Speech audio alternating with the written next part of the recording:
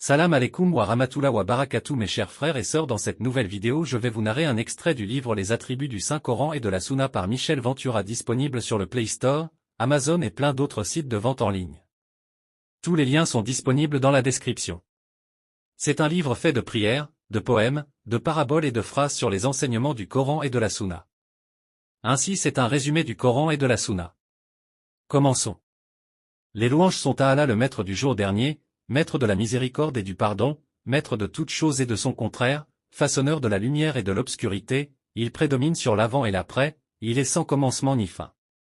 Il est celui qui guide sur les deux voies sans léser quiconque, mais ce sont plutôt les traîtres qui se lèsent eux-mêmes. Il ne connaît l'injustice, mais les injustes le connaissent et redoutent sa justice, car il est prompt à rendre compte. Il a créé les hommes et les djinns pour qu'ils le connaissent et l'adorent en toute humilité, sans user de mépris et sans abuser sur sa seigneurie.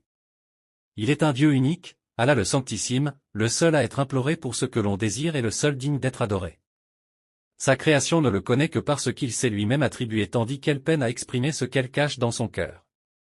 Il est au-delà de toute similitude et de toute comparaison, ainsi la conjecture ne peut le cerner tandis qu'ils cernent tous de sa science.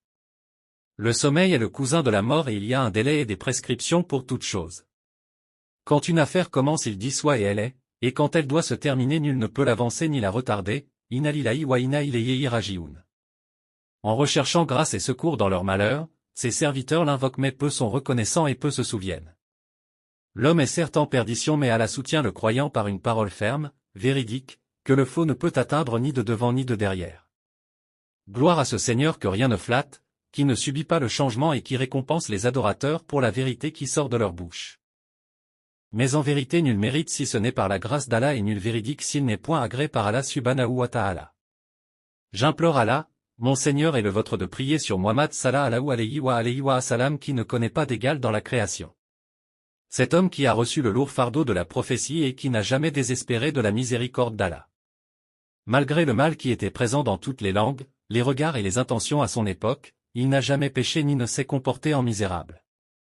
Il est le chef des deux charges, de ceux qui aspirent à la proximité avec le Créateur, de ceux qui se prosternent humblement. Le millénaire est passé et les siècles se sont rajoutés, et j'atteste encore que Muhammad sallallahu alayhi wa sallam a bien transmis le message de son Seigneur et que ses enseignements reflètent entre autres ce qu'il est, un homme à la limite de toutes les vertus pour celui qui veut les acquérir. Tout croyant qui aspire à la félicité doit connaître cet autre homme, Ali alayhi salam, le héros des musulmans, le défenseur de l'islam, l'épée levée contre les mécréants, la voie de la droiture, celui qui distingue entre le bien et le mal, le croyant ou le mécréant, l'habitant du paradis ou l'habitant de l'enfer par les vertus de la wilaya. Ce valeureux guerrier intrépide qui n'a jamais pâli devant la mort jusqu'à son trépas. Celui qui n'avait pas d'égal non plus, si ce n'est sa femme Fatima Zahra alayhi salam, la maîtresse de toutes les femmes des mondes, après le décès de notre bien-aimé prophète sallallahu alayhi wa salam. Il est le solitaire, trahi par la jalousie, la rancune et la cupidité. Cette âme seule qui a été gratifiée d'une science qui inonde les peuples et qui les mène sur le droit chemin jusqu'au jour des comptes. Le temps est passé et la mort a fait son travail, les descendants des descendants sont là et ils se rappellent toujours son nom et le tiennent en respect. J'atteste qu'il a bien transmis son argument contre la création et qu'après lui elle n'a plus d'excuses. Voilà, toi l'Altissime, prie sur Ali alayhi salam, l'humble successeur de Muhammad sallallahu alayhi wa sallam, qui a été illustre en cette vie et qui a toujours espéré tes grâces et cherché refuge auprès de toi contre le mal des impies. Voilà, nous sommes arrivés à la fin.